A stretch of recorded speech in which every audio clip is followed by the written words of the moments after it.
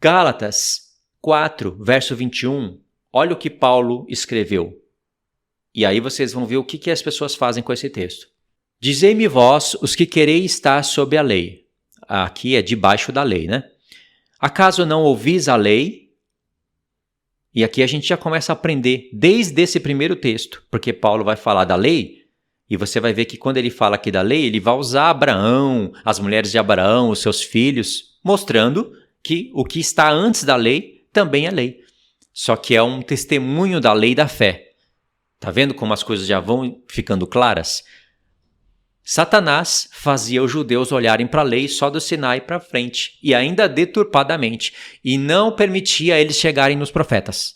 Então era, olha só o recorte, a edição que Satanás fazia. Ele faz semelhantemente nos dias de hoje. Aí Paulo vai falar da lei. Pois está escrito que Abraão teve 2 filhos, um da mulher escrava, outro da livre. E aí, aqui tem essas referências para você buscar. Se você tiver com uma Bíblia de papel, certamente vão ter algumas referências. E aí a pessoa vai lá, busca a referência, lê rapidinho o mesmo texto e não entende a ideia. Sabe por quê? Porque ela tem que voltar, às vezes, 2, 3 capítulos, ou continuar lendo 2, 3 capítulos para entender a ideia. Paulo está resumindo ali uma perícope, uma certa área do livro do profeta Isaías com um texto específico. Porque as pessoas têm que ler. Mesmo lendo a carta de Paulo, que não era escritura na época, as pessoas tinham que ler. Paulo está direcionando elas para a leitura. Aí diz, uma mulher escrava, outra livre. Ele diz, mas o da escrava nasceu segundo a carne, o da livre, mediante a promessa. Estas coisas são alegóricas, porque estas mulheres são 2 alianças. Uma, na verdade, se refere ao Monte Sinai, que gera para a escravidão. Esta é Agar. Olha que interessante. Ora, Agar é o Monte Sinai, na Arábia, e corresponde a Jerusalém atual, que está em escravidão com seus filhos. Isso é verdadeiro, e ainda é verdadeiro nos dias de hoje. Se você fosse perguntar para Paulo, o que vai acontecer com essa Jerusalém de baixo? Ele não iria falar que ela vai ser destruída, e que não vai sobrar judeus ali, e que Deus não tem promessa para ela. Isso é o espírito maligno que está botando na cabeça das pessoas, porque os profetas mostram que a Jerusalém ia ser liberta da escravidão, e não é a do alto. Aí alguns dizem, mas é a igreja. Mas Paulo está falando aqui de 2 Jerusalém. E uma que está escrava, os profetas falam que vai ser liberta. A que vai ser liberta da escravidão, reedificada, é a que está em escravidão. Então aqui não pode ser igreja. A igreja é Jerusalém do Alto. Ué, como é que eu vou conversar com uma pessoa dessa? Que já começa a errar aqui. Mas a Jerusalém lá de cima é livre, a qual é nossa mãe. Tem pessoas lendo isso daqui e apenas repetindo. E se você fica repetindo muitas vezes uma coisa que você não explica e apenas repete, isso se torna apenas letra. E você pode matar pessoas com isso. E de fato tem pessoas usando as letras para matar outras. Já começa matando Jerusalém, matando os judeus, espiritualmente, matando mesmo. Fazendo os irmãos a desprezarem Jerusalém de baixo, os judeus, as promessas, os profetas. Então, depois de um tempo, essas pessoas vão ter que distorcer as palavras dos profetas. Isso é morte ou é vida? Isso é morte. Então, Paulo diz, verso 27... Porque está escrito, alegra-te, ó estéril, que não dás à luz, exulta e clama, tu que não estás de parto, porque são mais numerosos os filhos, subindo aqui para o alto, são mais numerosos os filhos da abandonada do que as que têm marido. Esse texto aqui, ele é complexo, ele é profundo. Está lá em Isaías 54. Aí você tem que entender o porquê que Paulo pegou esse título, escolheu aquele capítulo, que não era por capítulos quando ele escolheu, mas ele escolheu aquele ponto, aquele verso e colocou aqui. Paulo está falando das 2 casas de Israel aqui, não somente de 2 alianças. Eu sei disso porque eu leio Isaías 54.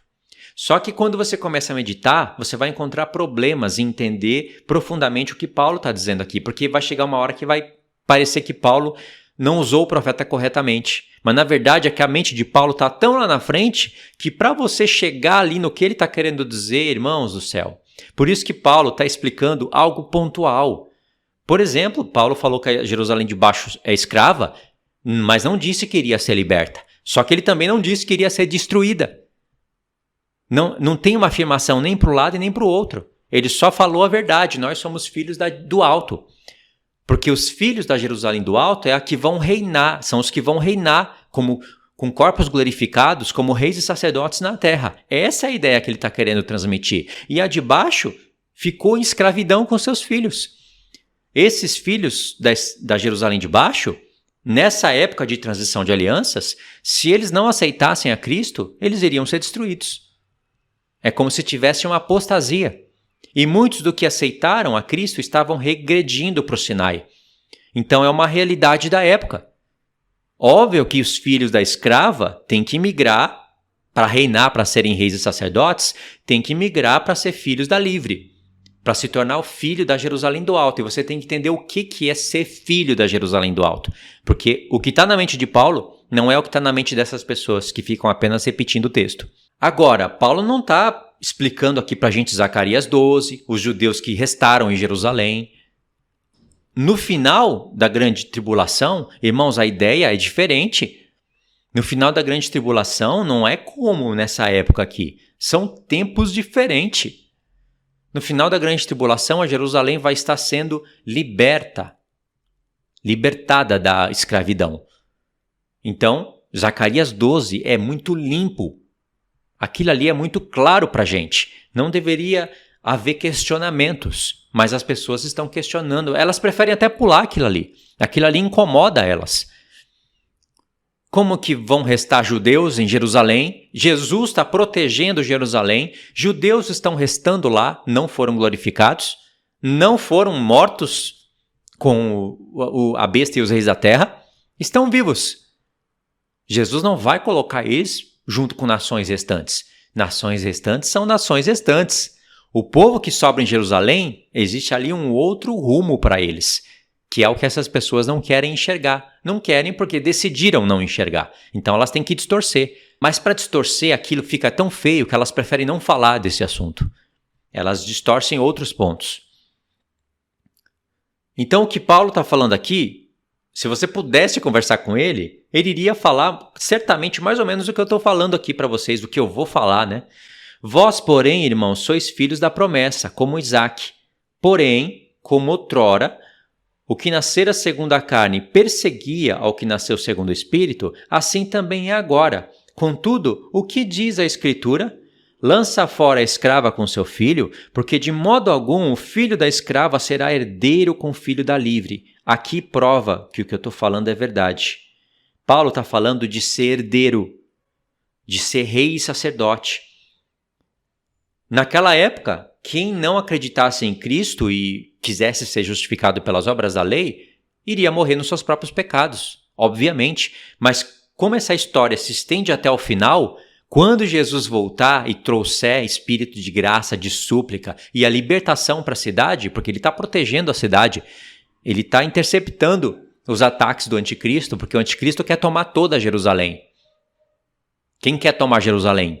Quem quer ver judeu morto e Jerusalém destruída? O diabo. Então ele ataca Jerusalém teologicamente também, não só pela espada. Mas Paulo está falando aqui de herdeiro. Deus não vai matar todos os ismaelitas.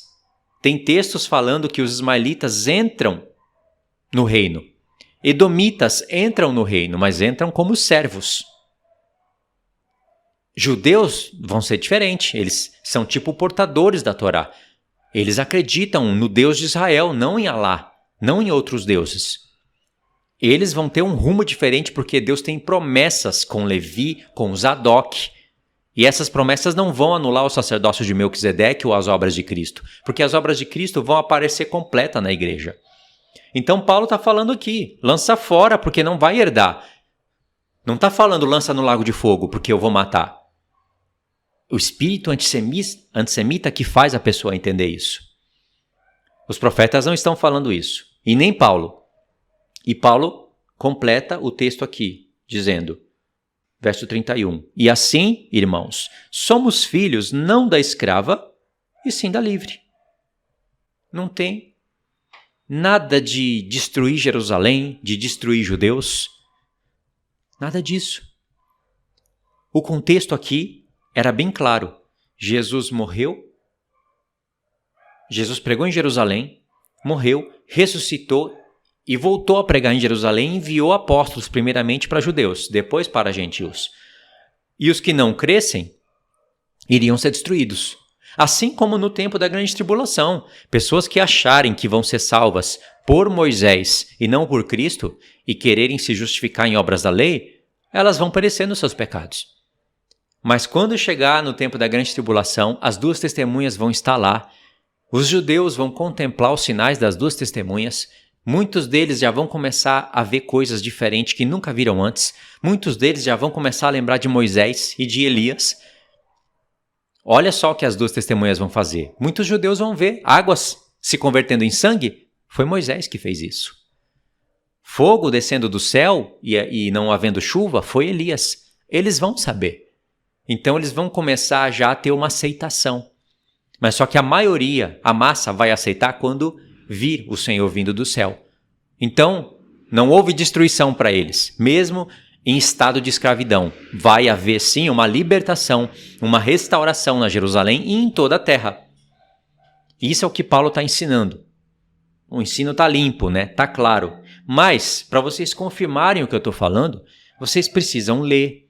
Precisa ler Zacarias 12, precisa ler Zacarias 14 e dezenas de textos falando essas coisas, a mesma coisa. Você vai ver que não tem como você pegar toda a palavra Jerusalém e converter para a igreja, cidade santa, e converter para a igreja. Então, como o espírito de Satanás sabe que a gente não faz isso, que a gente não faz busca e que a gente nós já somos predispostos a dar ouvido à mentira, é fácil de enganar.